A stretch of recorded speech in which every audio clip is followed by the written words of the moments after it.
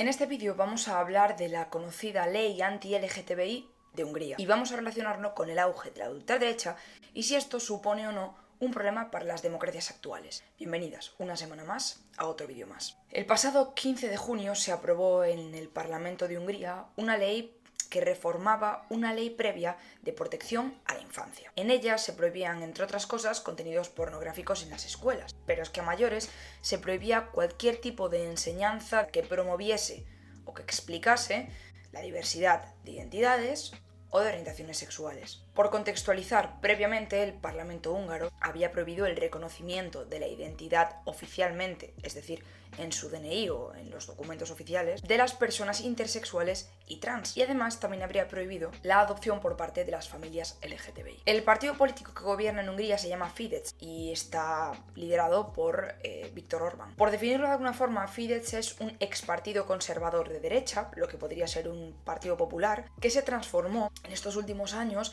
en un partido de derecha populista radical, que es lo que es Vox. En las elecciones del año 2018 obtuvo casi un 50% del total del voto, lo que le permitió tener una mayoría sólida y contundente para llevar a cabo cualquier tipo de control parlamentario y gubernamental. Y digo parlamentario también, es decir, también controla el poder ejecutivo porque, como dice Kasmut en su libro The Far Right Today, voy a leeros textualmente. Viktor Orbán, os recuerdo, líder del partido Fidesz, redujo al Parlamento a una organización de aprobación partidista que se reduce a aprobar la legislación del gobierno.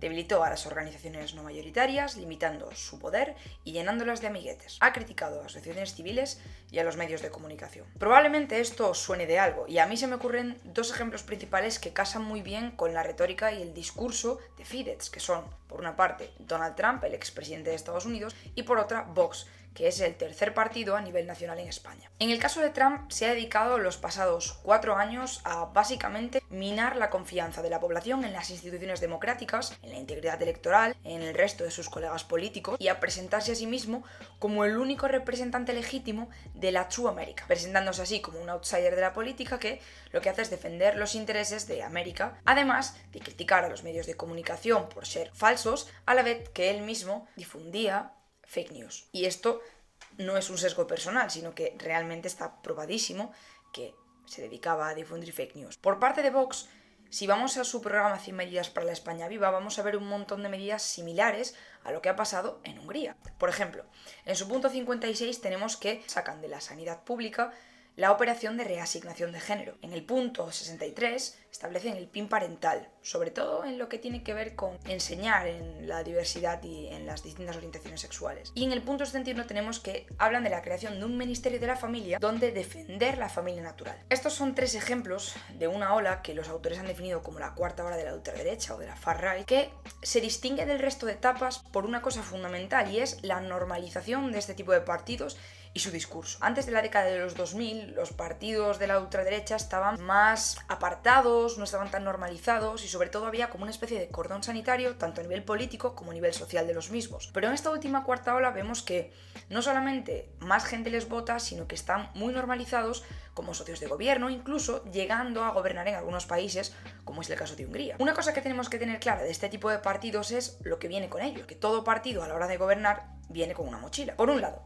la defensa de una educación libre sin imposiciones ideológicas, es decir, una educación donde los padres puedan proteger a sus hijos de la información en cuanto a diversidad de orientaciones y de identidades. ¿Por qué? Pensad que al final son personas y políticos que tienen una ideología tremendamente conservadora en lo social, entonces consideran que este tipo de asuntos son los padres quienes se tienen que encargar de hablar de ellos y de gestionarlos, no la escuela pública. A esto se suma una reacción cultural contra la diversidad. Hay una cosa que se conoce como la revolución silenciosa que se dio en los años 70-80 del siglo pasado, que hizo que las nuevas generaciones tengan un perfil muchísimo más progresista y abierto en cuanto a lo que tiene que ver con identidades, orientaciones, etc. Por tanto, estos partidos forman parte de ese conjunto de la población que siente que se le arrebató su hegemonía cultural y social, que siente que ya no pueden decir las mismas cosas que decían antes, que sienten que tienen que disculparse por ser lo que son y que ven cuestionados sus propios privilegios y que se han convertido en extraños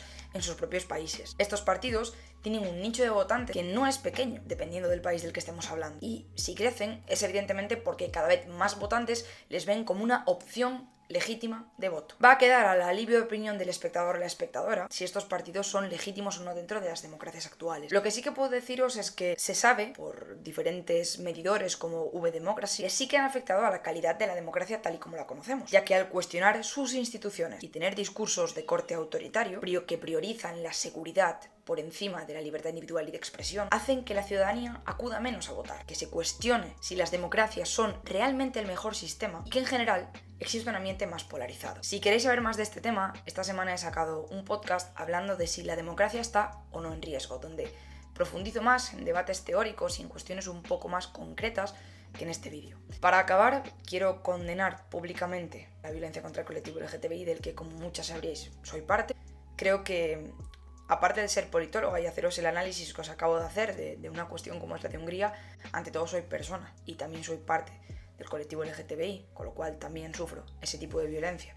Nunca deshumanicéis a la persona que tenéis detrás de la pantalla, porque somos personas, tenemos nuestras ideas y nuestras vivencias. Y creo que a toda persona del colectivo esta semana le ha afectado mucho lo que ha pasado, porque nos hemos visto muy reflejadas y esta vez le pasó a Samuel, pero le podría haber pasado a cualquier otro. Entonces, os animo a que acudáis a las concentraciones, a las manifestaciones y sobre todo, difundáis y compartáis. Aunque no seáis parte del colectivo, también es vuestra responsabilidad que estas cosas dejen de pasar. Muchísimas gracias por ver este vídeo. Siento mucho al resto de compañeras del colectivo el miedo que pueden estar sintiendo ahora, que aquí tienen un espacio seguro por si necesitan hablar con alguien. Y nada más. Esto ha sido todo por hoy. Soy Ariana, soy politóloga y esto es Política con Ciencia.